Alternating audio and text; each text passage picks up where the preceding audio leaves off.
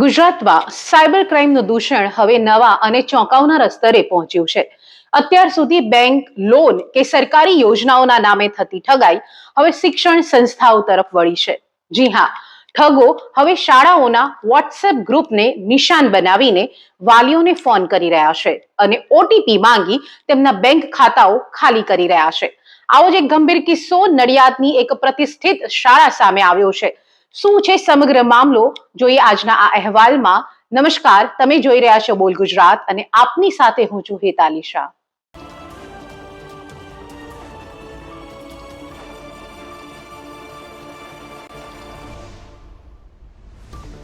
શાળા દ્વારા જે ગ્રુપ બનાવેલું છે પેરેન્ટ્સ માટે કે લેસન હોમવર્ક ટ્રાન્સફર કરીએ કે કંઈ વાત કરવી હોય એના માટે, એ ગ્રુપને કોઈએ હેક કર્યું છે અને ગ્રુપને હેક કર્યા બાદ એ હેકર પેરેન્ટ્સને ફોન કરે છે. કોઈ પણ નામે આપની ઉપર કોઈ કોલ આવે, આપની પાસે પૈસાની માગણી થાય અથવા તો કોઈ ઓટીપી શેર કરે અથવા તો કોઈ લિંક ટચ કરવાનું કે આપ ન કરશો. અને નગરજનોને પણ ખાસ વિનંતી છે કે આ જે કંઈ ચાલી રહ્યું છે એની અંદર આપ સહકાર આપશો અને એને રોકવા માટે આપણે બધા ભેગા થઈ અને એક પૂરો પ્રયત્ન કરીએ.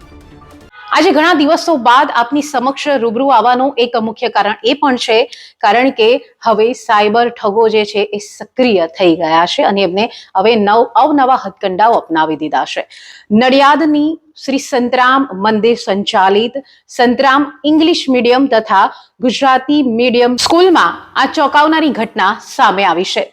શાળાના નામે છેતરામણીની સમગ્ર ઘટનામાં નિશાન બન્યા વોટ્સએપ ગ્રુપ.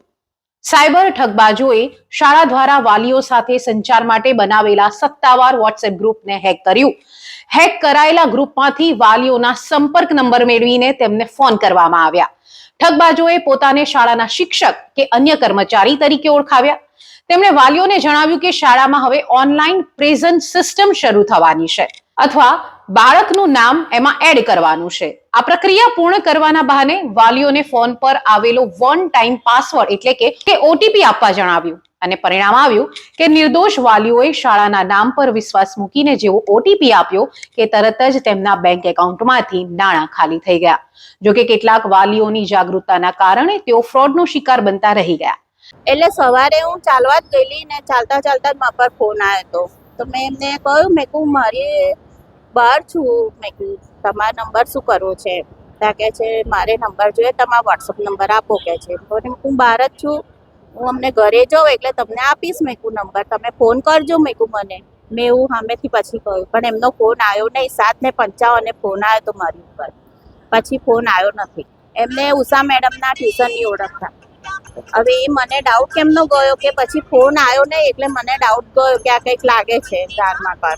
આ તરફ વાલીઓ દ્વારા આ ગંભીર ફ્રોડની ફરિયાદ શાળા સંચાલકોને કરવામાં આવતા જ શાળા દ્વારા તાત્કાલિક અને સરાહનીય પગલાં લેવામાં આવ્યા. શાળાએ વિલંબ કર્યા વિના સમગ્ર મામલાની જાણ સાયબર ક્રાઇમ વિભાગમાં કરી. સાથે જ અન્ય વાલીઓ આ ઠગાઈનો ભોગ ન બને તે માટે તાત્કાલિક એક સંદેશ અને વિડીયો તૈયાર કરીને તમામ વાલીઓ સુધી પહોંચાડ્યો કે જેથી તેઓ સજાગ રહે. નયન બ્રહ્મભટ્ટ, સેવક, શ્રી સંતરામ મંદિર નડિયાદ. સંતરામ મંદિરની સુપ્રસિદ્ધ Shri Santram English medium school અને શ્રી સંતરામ વિદ્યાલય ગુજરાતી માધ્યમ સ્કૂલ જે મંદિર દ્વારા સેવાકીય પ્રવૃત્તિઓ કરી રહી છે. અમને એવું જાણવામાં આવ્યું કે શાળા દ્વારા જે ગ્રુપ બનાવેલું છે પેરેન્ટ્સ માટે કે લેસન હોમવર્ક ટ્રાન્સફર કરીએ કે કંઈ વાત કરવી હોય એના માટે, એ ગ્રુપને કોઈએ હેક કર્યું છે અને ગ્રુપને હેક કર્યા બાદ એ હેકર પેરેન્ટ્સને ફોન કરે છે. ફોન કરીને એવું જણાવે છે કે અમે શાળામાંથી બોલીએ છીએ, શાળામાંથી ટીચર બોલીએ છીએ, કાં તો કોઈ અનનોનનું નામ દે છે શાળાનું અને હવે અમે ઓનલાઈન પ્રેઝન્ટ શરૂ કરવા જઈ રહ્યા છીએ, કાં તો કોઈ બી એક બહાનું બનાવે છે અને હવે એના માટે તમારા બાળકનું નામ એડ કરીએ છીએ. હવે આપનામાં એક ઓટીપી આવશે, એ અમને આપો એટલે એડ થશે. જેવો પેરેન્ટ્સ ઓટીપી આપે છે તરત એના ખાતામાંથી બેલેન્સ જતું રહે છે. આવી અમને પેરેન્ટ્સો દ્વારા પણ ફરિયાદ મળી અને કેટલા બધા પેરેન્ટ્સોએ આવીને અમને રજૂઆત કરી કે આવી રીતના સ્કૂલના નામે આવું થઈ રહ્યું છે. અમે તરત જાણ કરી પેરેન્ટ્સને, જેવી અમને જાણ કરી એટલે અમે ક્રાઇમ બ્રાન્ચમાં જાણ કરી. એના બાબતે સજાગતા આવે એટલા માટે પેરેન્ટ્સમાં પણ એક વિડીયો બનાવીને મૂક્યો. એ પહેલાં મેસેજ મૂકી દીધો અમે ત્યાં ગયા ત્યારે અમને ખબર પડી કે આવું નડિયાદની અંદર 2 દિવસથી ગઈકાલથી કે આવું ચાલી રહ્યું છે.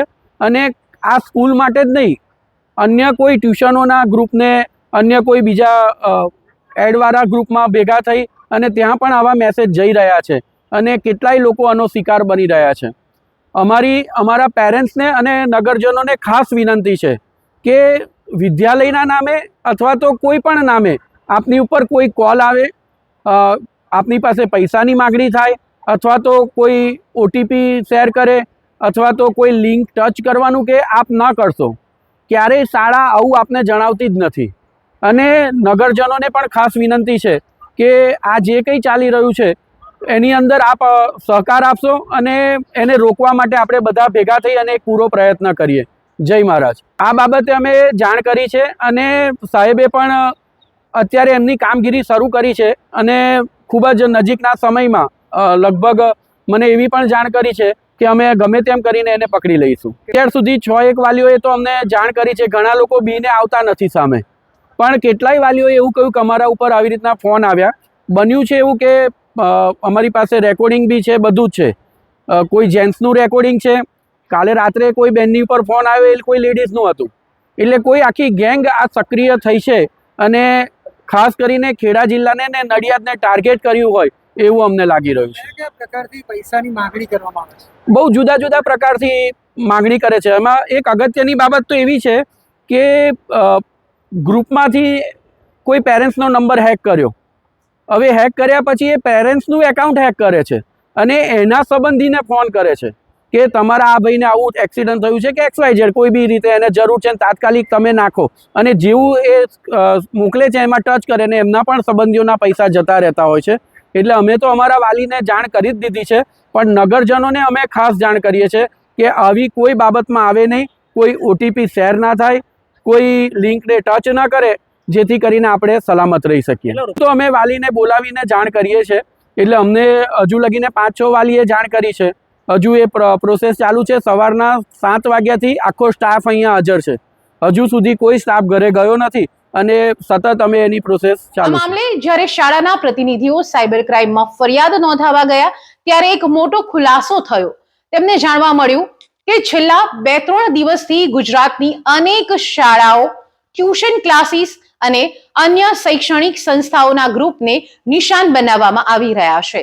આ ઠગાઈ હવે એક વ્યાપક ટ્રેન્ડ બની ગયો છે અને કેટલાય નિર્દોષ લોકો તેનો શિકાર બની રહ્યા છે. ઘટનાની ગંભીરતાને જોતા નડિયાદની સંતરામ શાળાના સંચાલકોએ વાલીઓ અને સમગ્ર નગરજનોને ભાવનાત્મક અપીલ કરી છે.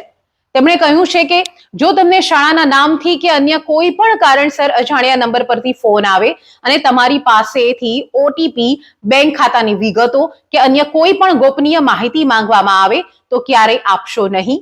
શાળા ક્યારેય ફોન કરીને આવી માહિતીની માંગણી કરતી નથી. આ સાયબર ફ્રોડનો પ્રયાસ હોઈ શકે છે. આ સાથે જ બોલ ગુજરાતની ટીમ પણ આપ સૌ નગરજનોને વિનંતી કરે છે કે સતર્ક રહો, જાગૃત રહો અને આવા સાયબર ફ્રોડથી બચીને તમારા કમાયેલા નાણાંને સુરક્ષિત રાખો. શંકાસ્પદ કોલ કે મેસેજ અંગે તરત જ શાળાના સત્તાવાર નંબર પર જાણ કરો અને સાયબર ક્રાઇમમાં ફરિયાદ કરો. સાયબર ઠગો હવે શાળાઓની વિશ્વસનીયતાનો લાભ ઉઠાવી રહ્યા છે. આ સમય છે જ્યારે આપણે ડિજિટલ સાવધાની રાખીએ. યાદ રાખો, કોઈ પણ બેંક, શાળા કે સરકારી સંસ્થા ફોન કરીને તમારો ઓટીપી કે પાસવર્ડ માંગતી નથી. આપણી એક નાની ભૂલ આપણને મોટી નાણાકીય નુકસાની તરફ દોરી જઈ શકે છે. એટલા માટે જ સતર્ક રહેવું જરૂરી છે. ખેર, આપને અમારો આ અહેવાલ કેવો લાગ્યો તે ચોક્કસથી કમેન્ટ્સ કરીને જણાવશો. સાથે જ આપને અમારો અહેવાલ ગમ્યો હોય તો લાઈક, શેર અને સબસ્ક્રાઇબ કરવાનું ભૂલશો નહીં.